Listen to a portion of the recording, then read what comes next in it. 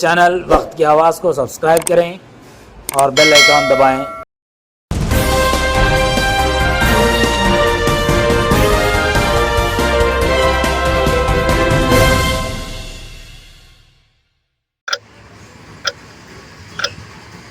ناظرین، وقت کی آواز چینل میں آپ کا استقبال ہے۔ ناظرین، آج مشہور شاعر ڈاکٹر علامہ محمد اقبال صاحب کا یوم پیدائش ہے۔ ان کے یوم پیدائش کو لے کر دنیا کے مختلف ممالک میں یوم عالمی اردو منایا جاتا ہے۔ اسی مناسبت سے ادونی شہر کے مختلف تعلیمی اداروں میں آج یوم عالمی اردو منایا گیا۔ ادونی شہر کی میونسپل ہائی اسکول میں آج طلباء نے تقاریر کی اور مختلف پروگرامز کا انعقاد عمل میں لایا۔ اس موقع پر میونسپل ہائی اسکول کے اساتذہ نے بھی یوم عالمی اردو کو لے کر اپنے خیالات کا اظہار کیا۔ بعد ازاں طلباء کو انعامات سے نوازا گیا۔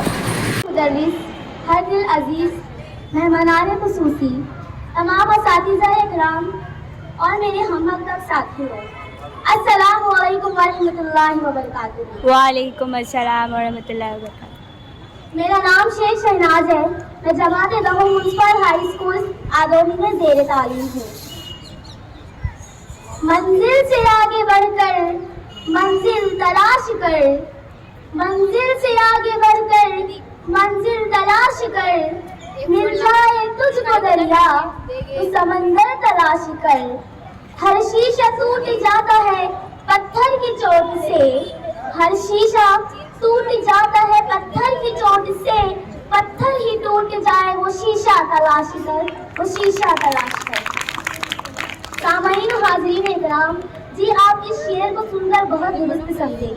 میں آج جس موضوع سخن پر لب کشائی کرنے کی جسارت کر رہی ہوں وہ ہے یوم عالمی اردو، جو ڈاکٹر محمد علامہ اقبال کی پیدائش کو ساری دنیا میں منایا جاتا ہے۔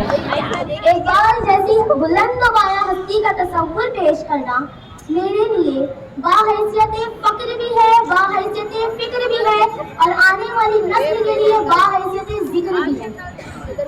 سرزمین پنجاب میں 9 نومبر 1877 کو محمد نور اور امام بی بی کے گھر ایک ایسا روشن ستارہ، علم کا گہوارہ، جوش و جذبے کا فوارہ، سنہرا چاند سا چہرہ پیدا ہوا، وہ ہے ڈاکٹر محمد علامہ اقبال۔ اقبال کا آبائی وطن کشمیر تھا۔ انہوں نے عربی، فارسی اور اردو کی تعلیم گھر پر ہی سیکھی۔ ابتدائی تعلیم چرچ مشن اسکول سے حاصل کی، گورنمنٹ کالج لاہور سے ایم اے کیا، برطانیہ سے وکالت کی ڈگری اور جرمنی سے پی ایچ ڈی کی سند حاصل کی۔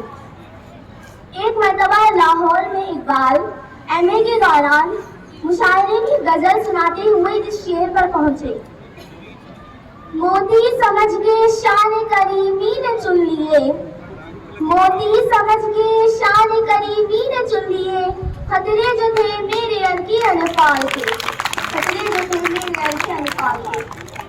اس شعر کو سنتے ہی اس وقت کے مشہور شاعر ارشد مورغانی تڑپ اٹھے اور محفل مشاعرہ میں واہ واہ کی صدا گونج اٹھی۔ تعلیمی ایام میں اقبال کا یہ عالم تھا۔ صدر جلسہ، اقبال جیسی ہستی کو میں کس نام سے مخاطب کروں؟ میں کیا کہوں صدر جلسہ؟ محض ایک شاعر کہوں، فلسفی شاعر کہوں، شاعر مشرق کہوں، عظیم شخصیت سازی کا اعلیٰ پیکر کہوں، عظیم فلسفی کہوں، دور اندیش دانش مرد کہوں، بے پایا مفکر باکمال سیاست دا کہوں، آزادی کا مرہون منت کہوں، آزادی کا مرہون منت کہوں۔ وعلیکم السلام ورحمۃ اللہ۔ نہ تو زمین کے لیے ہے نہ آسمان کے لیے، نہ تو زمین کے لیے ہے نہ آسمان کے لیے، تیرا وجود،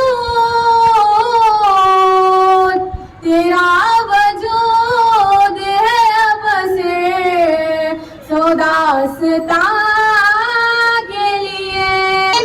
اس مشاعرے میں موجود بڑے بڑے شعراء نے سخت نادری اور سرایہ اس محفل باز میں بار ایک بلند مستقبل کا انجام پائے گا، شاعر ہوگا، اور ہوا بھی ایسے کہ وہ شاعر مشرق کہلائے، شاعر مشرق کہلائے۔ پردے ہندوستان خواب غفلت کی نیند میں سو رہے تھے، ایسی صورتحال میں اقبال کی شاعری نے آزادی کا پروانہ اور ان کی سوچ کا ترانہ بن کر گونجا۔ علامہ اقبال کے ارادے مختار غیر متزلزلہ تھے۔ آپ چاہتے تھے کہ نوجوان آگے بڑھے اور ہند کی آزادی میں شاند بہ چڑھے۔ 19ویں صدی میں انگریزی حکومت نے ہندوستان پر بریت ربا کر رہی تھی۔ ایسی صورتحال میں اقبال کی رہنمائی کی۔ کامیابی یوں ہی ختم نہیں چمتی صاحب، کامیابی یوں ہی ختم نہیں چمتی صاحب، راہ خال سے گزرنا پڑتا ہے، راہ خال سے گزرنا پڑتا ہے۔ نہیں تیرا نشیمن قصر سلطانی کے گنبد پر، نہیں تیرا نشیمن قصر سلطانی کے گنبد پر، تو شاہین ہے بسیرا کر، تو شاہین ہے بسیرا کر پہاڑوں کے چٹانوں میں، پہاڑوں کے چٹانوں میں۔ مجھے اس تقریر کا موقع دینے کے لیے میں آپ تمام حضرات کا شکر گزار ہوں۔ السلام علیکم۔ اللہ حافظ۔ وعلیکم السلام۔ بچوں، آج میں آپ لوگوں کو اردو زبان کی باطنی اور ظاہری خوبصورتی پر کچھ کہوں گی۔ اردو کو ہندوستان کی جان کہتے ہیں، ہندوستان کی شان کہتے ہیں اور ہندوستان کی آن بھی کہتے ہیں، لیکن مجھے لگتا ہے کہ یہ ساری باتیں پھیکی پھیکی سی اور وقتیہ سی ہیں، کیونکہ تاریخ کے جھروکے لے لیجئے یا پھر تہذیب و ثقافت کے آئینے یا سیاست کے پیمانے یا پھر ہندوستان کی آزادی کی داستان، یہ ساری باتیں زبان اردو میں رچ بس گئی ہیں۔ اس لیے اگر ہم اردو کو ہندوستان کی روح کہیں تو صحیح ہوگا۔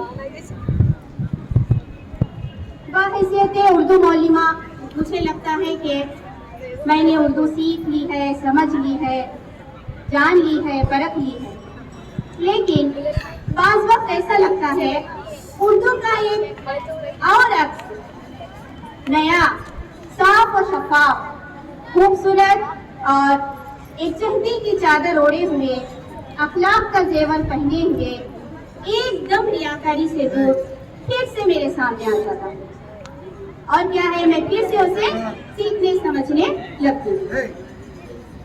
بچوں، زبان کوئی بھی کیوں نہ ہو، چاہے اردو، انگریزی، ہندی، تیلگو، ہمیں شغف سے، دلچسپی کے ساتھ سیکھنی چاہیے، تب ہی ہم اپنے خیالات، اپنے جذبات، اپنے تصورات، اپنے احساسات کو ایک دوسرے کے سامنے پیش کرنے میں کامیاب ہوں گے اور اپنی قابلیت کا لوہا منوا سکیں گے۔ بعض دشمن عناصر اردو کو پامال کرنے کی کوشش کر رہے ہیں، لیکن اردو ہندوستانیوں کے دلوں میں جگہ بنا چکی ہے اور اپنی اپنائیت کے موتی بکھیر چکی ہے۔ جتنا بھی وہ ان موتیوں کو دبانے کی کوشش کریں گے اور موتی نکل آئیں گے، کیونکہ اردو ایک سیماب کی طرح ہے، یعنی کہ ایک پارے کی طرح۔ اب اردو کیا ہے، کیسی ہے؟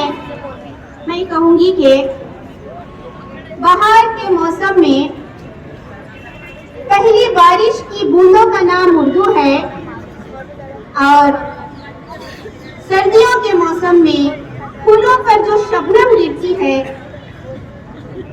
ان قطروں کا نام موتی، اور خزاں کے موسم میں جو درختوں پر نازک سی کونپلیں پھوٹتی ہیں ان کونپلوں کی نزاکت کا نام موتی۔ مجھے موقع دینے کے لیے میں آپ تمام کی مشکور ہوں۔ السلام علیکم۔ اردو زبان ہماری یارت رہے سلامتی، اردو زبان ہماری اپنی زبان سے ہے عزت جہاں میں